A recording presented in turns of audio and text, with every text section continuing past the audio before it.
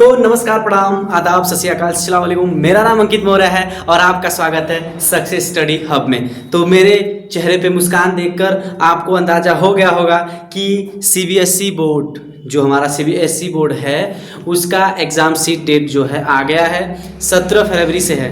तो हम काफ़ी ज़्यादा एक्साइटेड हैं। जो बच्चे हमसे पढ़े हुए हैं या जो हमसे आगे पढ़ेंगे, तो उनके लिए सबसे पहले जिन बच्चों को हम बधाई देना चाहेंगे कि वो और अच्छे से पढ़ें और अब अपनी तैयारी 4 गुनी कर दें। ठीक है, कि मेहनत इतनी खामोशी से करो कि सफलता शोर मचा दे।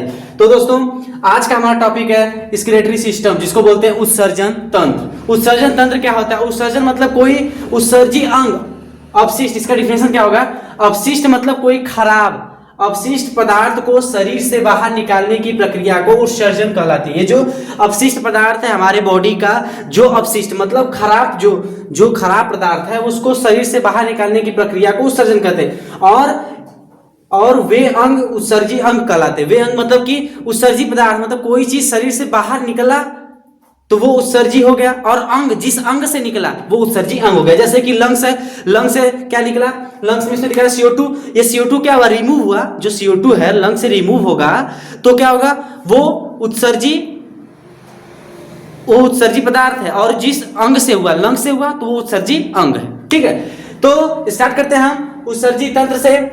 इसकी डिफिनेशन मैंने बता दिया कि अपशिष्ट मतलब खराब पदार्थ को शरीर से बाहर निकालने की प्रक्रिया को उत्सर्जन कहते हैं, और जिस अंग से निकलता है, जिस अंग से, तो उसको कहते हैं उत्सर्जी अंग।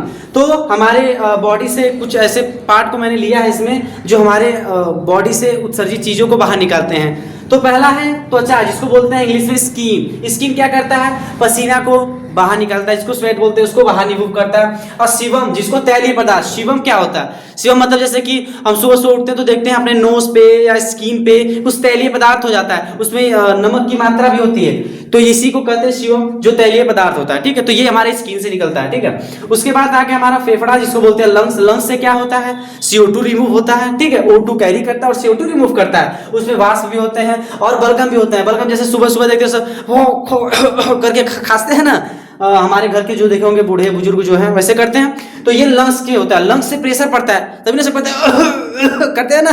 ठीक है, तो ये लंग्स से होता है। ठीक है, उसके बाद बड़ी आंत। बड़ी आंत जिसको इंग्लिश में बोलते हैं लार्ज इंटेस्टाइन। लार्ज इंटेस्टाइन ये क्या होता है? भोजन, जो पचा हुआ भोजन होता है, हमारा अनपच भोजन होता है, वो बाहर निकलता है। किसके थ्रू? एनस के थ्रू, गुदाद्वार के थ्रू शरीर से बाहर निकल जाता है, जिसको काइल बोलते हैं। ठीक है, उसके बाद आगे हमारा यकृत। यकृत को क्या कहते हैं? कुछ लोग यकृत में कंफ्यूज जाते हैं। यकृत मतलब हिंदी मीडियम वाले ज्यादा कंफ्यूज होते हैं कि यकृत का मतलब होता है किडनी। नहीं भाई, यकृत जिसको कहते हैं लीवर, ये ध्यान रखो। यकृत जिसको इंग्लिश में कहते हैं लीवर, ये क्या करता है? अमोनिया को यूरिया में कन्वर्ट करता है।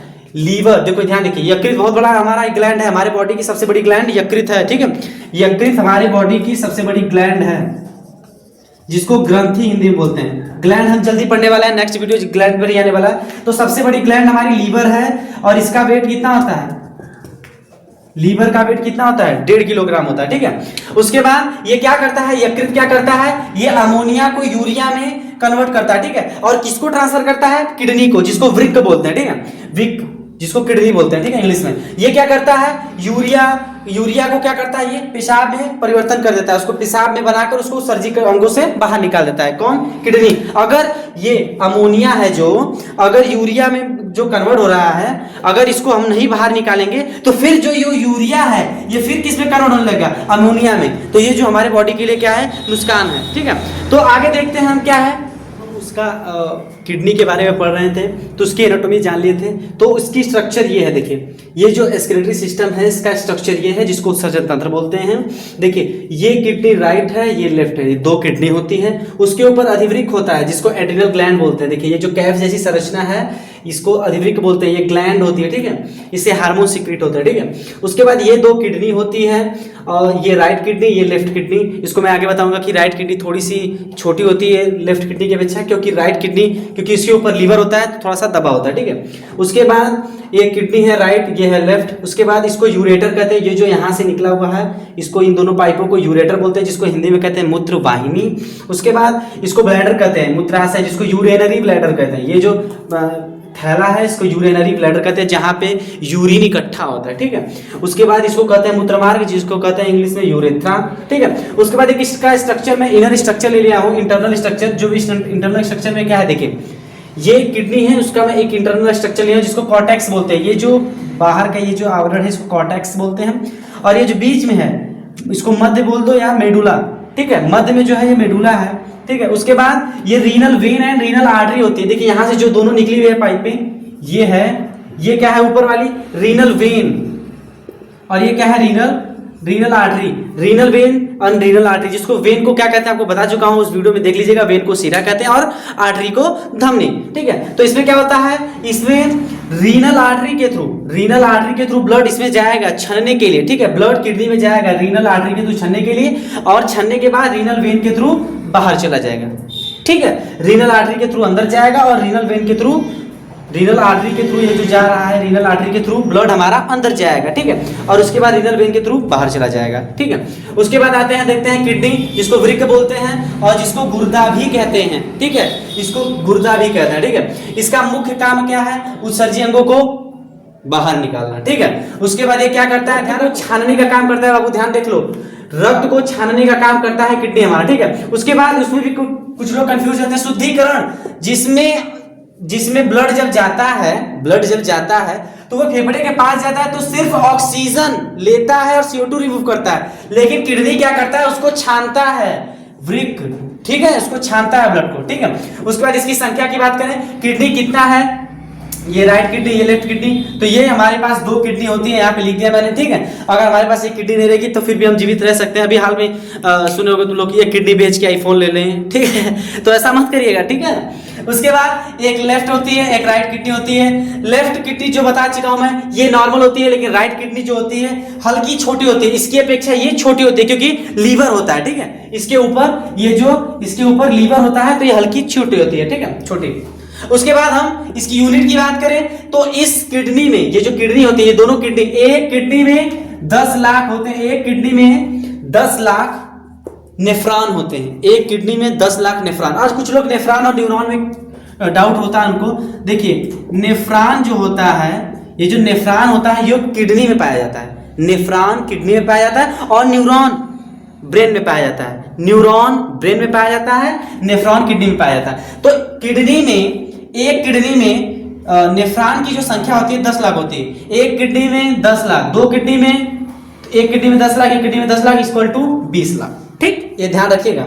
एक किडनी में 10 लाख, एक किडनी में 10 लाख इक्वल टू 20 लाख। उसके बाद इसकी वेट की बात कर लें, वजन की बात कर लें, तो मेल में 160 से 170 ग्राम होता है किडनी का, और फीमेल में 135 से 155 ग्राम होता है वेट, ठीक है। उसके बाद आगे हम पढ़ रहे हैं नेफ्रॉन के बारे में, कि जो ब्लड अंदर जा रहा है तो वो नेफ्रॉन उसको कैसे प्यूरिफाई कर रहा है, कैसे शुद्ध कर रहा है, कैसे उसको छान रहा है, ठीक है। तो आइए उसको देखते हैं। ये नेफ्रॉन का हम स्ट्रक्चर बना दिए, कुछ इस टाइप का हमारा नेफ्रॉन होता है, जो कि किडनी के अंदर होता है। जैसे ये मैंने किडनी बना दिया, इसके अंदर 10 लाख क्या है, नेफ्रॉन है, जिनका स्ट्रक्चर ये है। इस स्ट्रक्चर के टाइप्स के नेफ्रॉन होते हैं हमारे, नेफ्रॉन कुछ इस स्ट्रक्चर के होते हैं, ठीक है। तो देखिए इसको स्ट्रक्चर के बारे में जानते हैं। ये देखिए ग्लोमेरुलस है, ग्लोमेरुलस इसको कहते हैं, इसको कहते हैं बोमैन कैप्सूल या बोमैन संपुट, ठीक है। और ये नेफ्रॉन, ठीक है।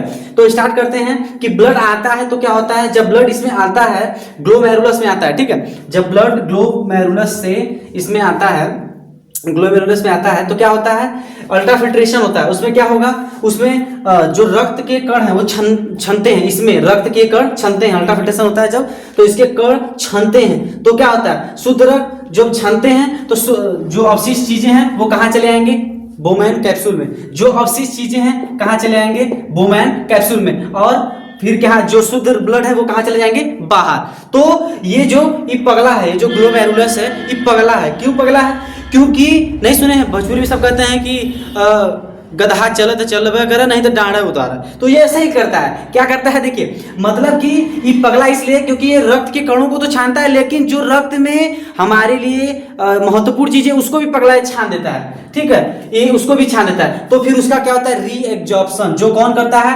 बोमैन कैप्सूल, जिसको बोमैन संपुट भी कहते हैं, वो क्या करता है, आवश्यक पदार्थों का पुनः अवशोषण करता है और उसको फिर ब्लड के थ्रू बाहर भेज देता है। और यूरिया को उस ब्लड में यूरिया को डायलिसिस कर लेता है, उसमें यूरिया को डायलिसिस कर लेता है और जो हमारे बॉडी के लिए इंपॉर्टेंट है उसको बाहर कर देता है। कौन, बोमैन संपुट, ठीक है। और यूरिया को एब्जॉर्ब करके उसको किसको दे देता है, नेफ्रॉन को, उसको किसको दे देता है, नेफ्रॉन को। और नेफ्रॉन क्या करता है, यूरिया को उसमें पेशाब में मिला के इसको बाहर कर देता है, ठीक है। एक बार फिर से देख लेते हैं, ये नेफ्रॉन का डायग्राम है, इसको कहते हैं ग्लोमेरुलस, ये जो इससे गुच्छे टाइप का है इसको ग्लोमेरुलस कहते हैं। जब ब्लड इसमें आता है तो अल्ट्राफिल्ट्रेशन होता है तो रक्त के कण छनते हैं, इसमें रक्त के कण छनते हैं, ठीक है। जब रक्त के कण छनते हैं तो जो अवशिष्ट चीजें हैं वो क्या होती हैं, बोमैन संपुट में आ जाती है, बोमैन संपुट में, और जब छन जाते हैं तो ब्लड, शुद्ध ब्लड बाहर चला जाता है, ठीक है। उसके बाद जब अवशिष्ट ये जो पगला है, ये जो अवशिष्ट चीजें जब ब्लड छानता है तो उसमें हमारे बॉडी में जो इंपॉर्टेंट है, ग्लूकोज है, ये सबको भी छान देता है ये पगला।